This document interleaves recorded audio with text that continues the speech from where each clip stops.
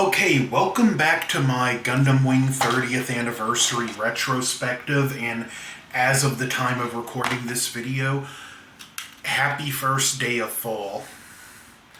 We are down to the final 4 episodes. And episode 46, Miliardo's Decision. This episode, basically, it's the sage step for the final battle. The Earth forces assemble at a natural resource satellite called MO2. Hero manages to board Libra to find Relina and confront Zex. And Trey's piloting the Tall Geese 2 decides to issue a challenge to Miliardo to determine the fate of this battle, which Miliardo turns down, reasoning that he's no longer a part of Oz, so chivalry has no meaning. In fact, he goes as far as to fire Libra's main cannon, and Trey's is actually saved by Lady Un in the Wing Gundam. Why he took the Wing Gundam over the Tall Geese is a little beyond me, but that's what he took. I think Wing probably would have been the better choice, but the Tall Geese does suit him really, really well. Even though, as a whole, I do like the blue color scheme, but I'm really not a fan of this, rooster comb crown thing on the Tall Geese 2's head. I just don't think it looks as good as they intended, but it's a good suit for him to have going into the final stretch. There's also a verbal confrontation between Hero and Zex, or Miliardo, if you want to call him that. Pretty solid episode. Other than that, we also have the Gundam pilots decide, we kind of should side with the Earth on this one. Even Wu Fei reluctantly agrees, Libra has too much power. So not much to be said for here. Like I said, setting the stage, a dual turn down. Dorothy tries to stop Zex from firing the main cannon of Libra at Trey's. Trey's is saved by Lady Un. And that's it. The next episode, Collision in Space.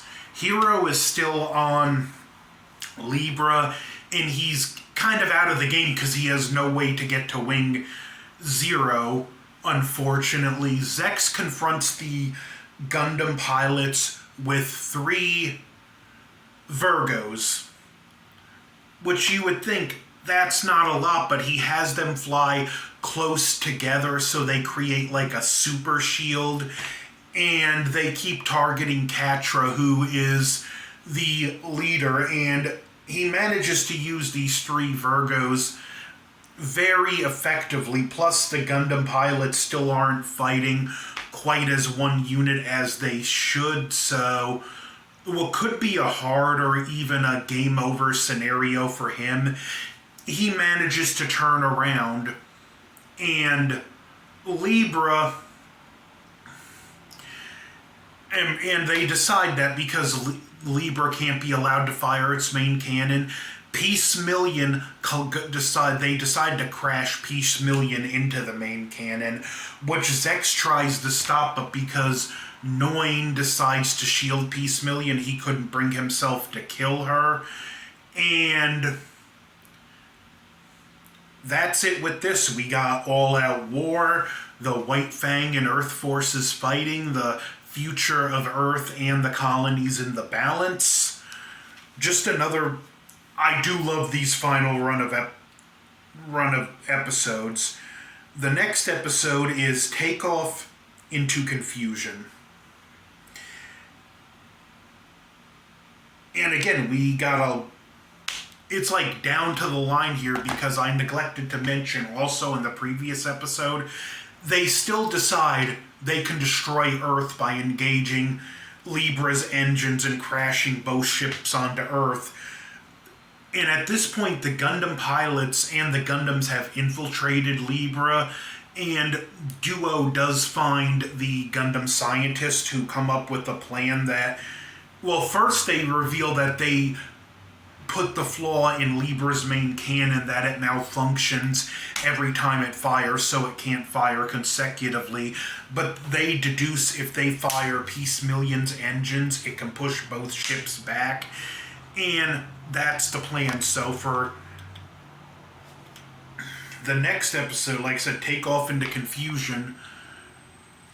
This is just all-out desperation. At this point, the fate of the Earth, the colonies, like I said, it's all on the line. Wu Fei breaks off from the Gundam team because he knows Treize is out there and he wants to fight Treize, and they get into their confrontation, which I'll get to in a few because I have some things I want to say about this. Catra finds the mobile doll control room Zero System Hybrid, and he engages in a fencing duel with Dorothy Catalonia, which they had one at the Sank Kingdom, and now it's the rematch, and Dorothy wants to determine which is superior, the Zero System or raw human consciousness. And it's not just a battle of the swords, but it's a battle of their middle school level philosophy where they can argue their point, but they can't properly articulate it. Again, I love this show, but I have to give that negative critique here because Gundam Wing does present its philosophy at a real middle school level. Wu Fei and Treize, I think their fight is the best part of this episode because of their debate, and we get to see what a truly complex character Treize really is. Because in the debate, Wu Fei asks him, how many people have died for you? And Treize gives an exact number and starts quoting names, which for some reason sickens Wu Fei. I'm like, really? Why does that offend you? Yeah, he may not be the best person, but the fact that he remembers the name of everyone that died because of him and he respects those soldiers' sacrifice, say what you want about Treize, but that's very commendable right there. And you would think Wu Fei, who wants to live this path of the honorable warrior, would respect that, but he looks down on it. Wu Fei's an idiot. And Treize actually asks Lady Colonel Un, whatever you want to call her at this point, the split personality's gone, for the number of deaths, and she lists so far the confirmed casualties of both White Fang and Earth soldiers, and it's kind of shockingly low for how big this battle is and how bloody they made it out that it was going to be. He even brings up that he can only grieve for those who fought. And then he blindly charges at Wu Fei. The way he does it, he pretty much leaves himself wide open for Wu Fei's attack. And for some reason, Wu Fei is shocked and upset that he killed Treize. Treize even called him a friend, and he even said that earlier he had a chance to kill Wu Fei and didn't, and it was because he couldn't bring himself to kill one of the few people that understood him. And, we pretty much got this episode tied up. Dorothy wounds Catra and reveals that she also hates wars because of her father's death, and that she wants to create the kind of war that can end all wars because that's worked so well in the past. And that's pretty much it, and it just brings us down to the wire. Episode 49, The Final Victor. If you've seen the title of this review, you see what I went for.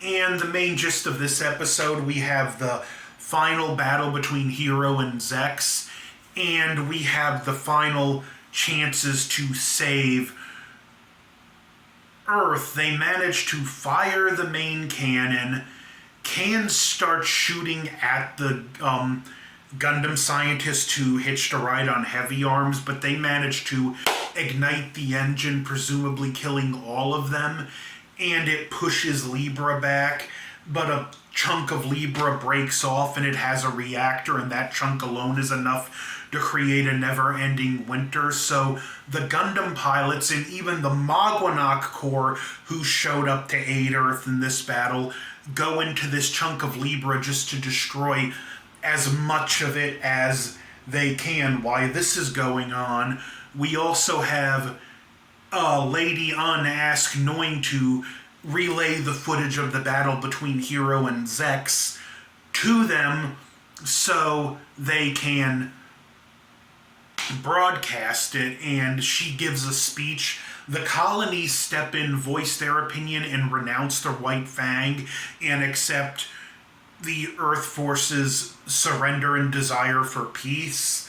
But unfortunately, this is where we have the chunk of Libra break off, and again, it's like, for every good thing that happens, something big and bad happens that sets it back. The fight between Zex and Hero is great. It's beautifully animated, and Epion gets its arm cut off, and Hero decides he's going to go to the power core and destroy it himself.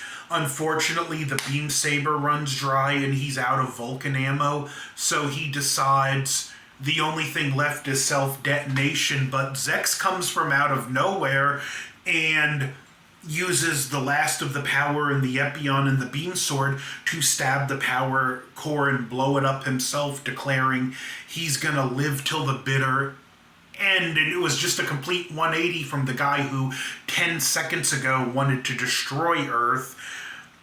And it's interesting, I do want to bring this up, I think I brought it up before, but Zex goes through 2 series and a movie of Char's entire character arc in one series. In Mobile Suit Gundam, the original, Char was the antagonist, or at least a antagonist. In Mobile Suit Zeta Gundam, Char was an allied character. And in Char's counterattack, he was the villain who tried to wipe out Earth. Zex started out with Oz, then he was aligned with the Gundam pilots even if he didn't work directly with him, and now as the leader of White Fang, he's wanting to destroy Earth, so the entire character arc in one series. Anyway, Wu Fei, who found Hero's Buster Rifle, now finds Hero and gives him the Buster Rifle. In the words have been given out to the Gundam pilots, the Magwanak Corps, everyone on this chunk of Libra trying to do the damage they can. Get out, Hero has his Buster Rifle. Unfortunately, because the stakes aren't high enough, this chunk enters the atmosphere, so Hero has to fly in ahead of it in aim, which is really hard because of the friction and the heat from the atmosphere, but he manages to lock on and blast the chunk of Libra, destroying it, and he survives. And we see 1 year later, everyone's at peace. Relina's working on a terraforming project. Noin doesn't believe Zex is dead. Dorothy's able to let go of the sorrow of her past. And at the end, to kind of come full circle, Hero infiltrates and leaves a birthday card on Relina's plane, and she rips it and tells her, "Give it to me yourself next time." A nice callback to the party at the beginning of the series where he rips the invitation and declares, "I'm going to kill you." Honestly, I love this series. Gundam Wing, what is the final verdict? Well, is it the best Gundam series? Oh, no, it isn't. I'm not going to debate that for a second.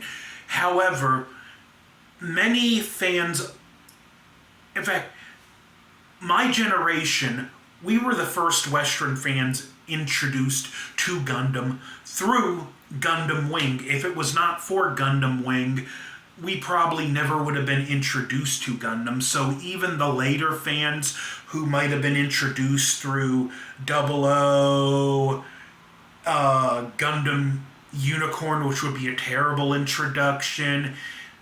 Um, Iron-Blooded Orphans, any of the newer series.